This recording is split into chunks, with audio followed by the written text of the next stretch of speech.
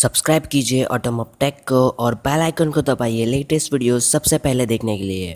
नमस्कार दोस्तों, मैं जीत आपका स्वागत करता हूं मेरे चैनल ऑटोमॉब टेक में। आज मैं आपको बताने वाला हूं कि एयर कूलिंग और लिक्विड कूलिंग में क्या डिफरेंस है, दोनों कैसे काम करते हैं और मेंटेनेंस कितना आता है और कौन सा प्रेफर करना चाहिए।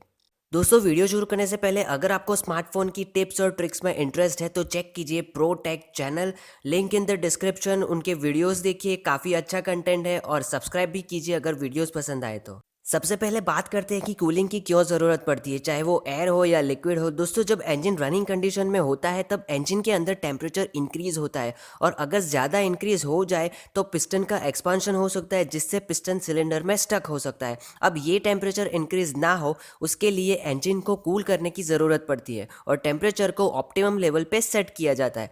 कूलिंग करने के लिए दो मेथड्स है, एयर और लिक्विड कूलिंग। एयर कूलिंग में एयर से इंजन कूल किया जाता है। अगर आपने ऑब्जर्व किया हो तो कुछ बाइक के इंजन के आसपास फिन्स बनाए होते हैं, बस वही एयर कूलिंग है। फिन्स बनाने से कॉन्टैक्ट एरिया बढ़ता है और उतनी ज़्यादा एयर सिलेंडर वॉल के कॉन्टैक्ट में आ जाती है, जिससे टेम्परेचर एक्सचेंज होता है और इंजन का टेम्परेचर कम होता है। अब बात करते हैं लिक्विड कूलिंग की। तो लिक्विड कूलिंग में एक कूलिंग सिस्टम होता है जो इंजन के आसपास होता है। इसमें एक और आता है ऑयल कूलिंग, बट वो ज़्यादा एफिशिएंट नहीं है, इसलिए हम सिर्फ लिक्विड कूलिंग की बात करते हैं। जो सिस्टम इंजन के आसपास होता है उसमें से कूलेंट फ्लो होता है, और वो छोटी छोटी ट्यूब्स के थ्रू फ्लो होता है, जिससे कि अगेन टेम्परेचर एक्सचेंज होता है और इंजन का टेम्परेचर डाउन होता है।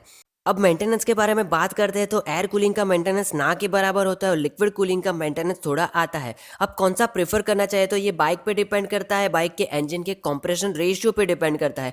जो बाइक स्लो आरपीएम पे चलती है उसमें ज़्यादा टेम्परेचर इंक्रीज नहीं होता है, जैसे कि रॉयल एनफील्ड 500, तो उसमें एयर कूलिंग यूज़ होता है। और जो बाइक्स हाई आरपीएम पे चलती है उसमें ज़्यादा टेम्परेचर इंक्रीज होता है, जैसे कि पल्सर NS 200, उसमें लिक्विड कूलिंग सिस्टम यूज़ होता है। लास्टली, ऐसा मत सोचिएगा कि लिक्विड कूलिंग वाली बाइक की लाइफ ज़्यादा होती है। अगर आप कोई भी बाइक प्रॉपर तरीके से चलाओगे और टाइम टू टाइम सर्विस कराओगे तो उसकी भी लाइफ ज़्यादा ही होती है। तो ये था air cooling versus liquid cooling. अगर आपको ये वीडियो पसंद आए तो उस वीडियो को लाइक कर दो, शेयर कर दो, और ऐसे ही वीडियोज़ के लिए चैनल को सब्सक्राइब कर दो। See you in the next one. Thank you so much. Bharat माता की जय।